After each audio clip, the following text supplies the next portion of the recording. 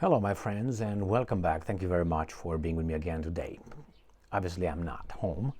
I'm traveling, and I will still be covering the geopolitical changes, developments. I found a very important, if true, article coming from Reuters initially, and Reuters has its own sources claiming that Putin, Vladimir Putin, the dictator of the Russian Federation, elected though, but it's okay, he wants Ukraine ceasefire on current front lines. The sources, plural, say. The original piece of information was published by Reuters, then it was taken by other media outlets. So I have four ready here. I will not share the screen today because I will try to do it this way. So if you don't believe me, and you shouldn't, you always verify.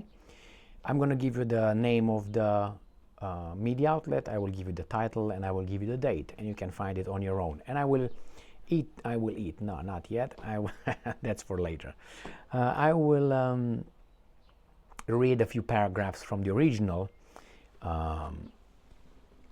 article from Reuters. So I'm going to start with Reuters.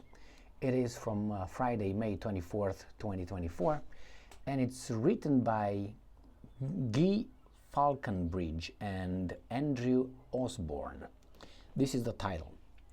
Putin wants Ukraine ceasefire on current front lines, comma, sources say. The other article coming from Tactic. Putin ready for ceasefire. What's the catch? Question mark. The same thing 30 minutes ago. The third article comes from the Irish Examiner. Putin wants Ukraine ceasefire on current front lines. Again, story by the same guys. And the last article here comes from the Kiev Independent. Putin looking for ceasefire to cement gains in Ukraine. Reuters reports citing sources. So let's go to the original, to the origin, which is Reuters. I'm going to read this beautiful article, not in its entirety. And it says Russian President Vladimir Putin is ready to halt the war in Ukraine with a negotiated ceasefire that recognizes the current battlefield lines. 4 Russian sources told Reuters, saying he's prepared to fight on if Kiev and the West do not respond. You know, if it's not official, doesn't really matter.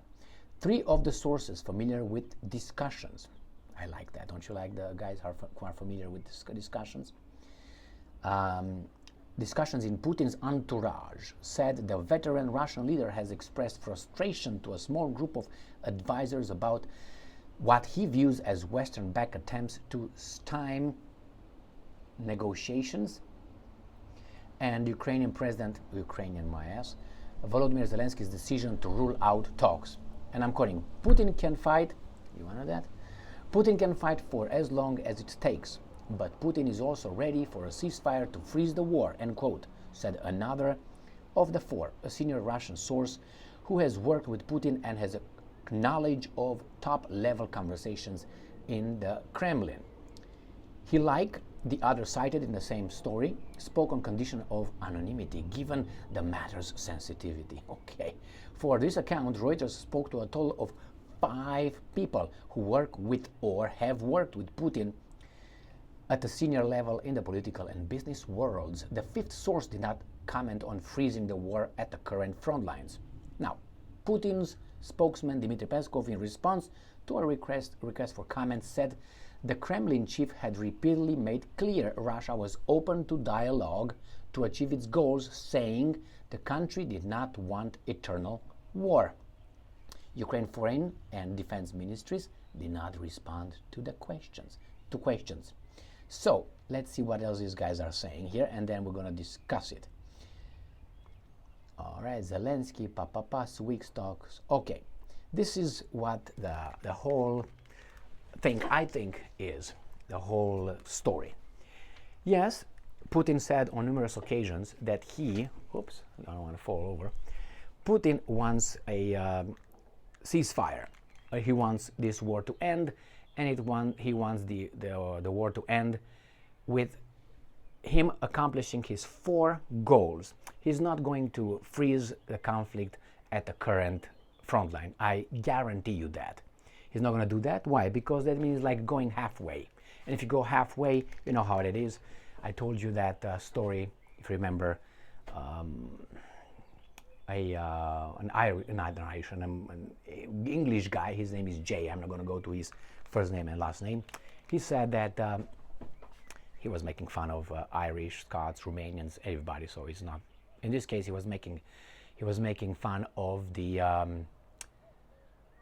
Irish guys, and he said that he was an Irish guy who wanted to cross the English Channel to swim over, and he went halfway, and then he got tired and he turned around.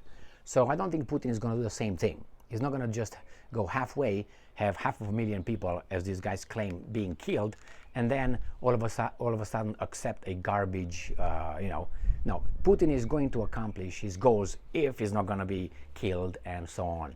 And the goals are, remember, he's going to make sure that Kiev or Ukraine will never be a NATO member state. That's one. The other one is he said that he's going to take care of denazification, which is a little bit tricky, which that means he has to control everything.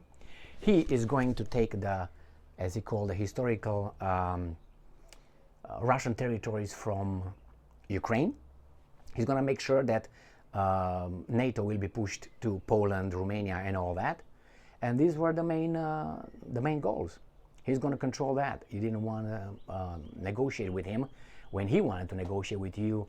If you remember, in 2021 in December, and then January 2022. So all this unprovoked garbage, yeah, it's provoked, unprovoked. Well, it depends how you look at it.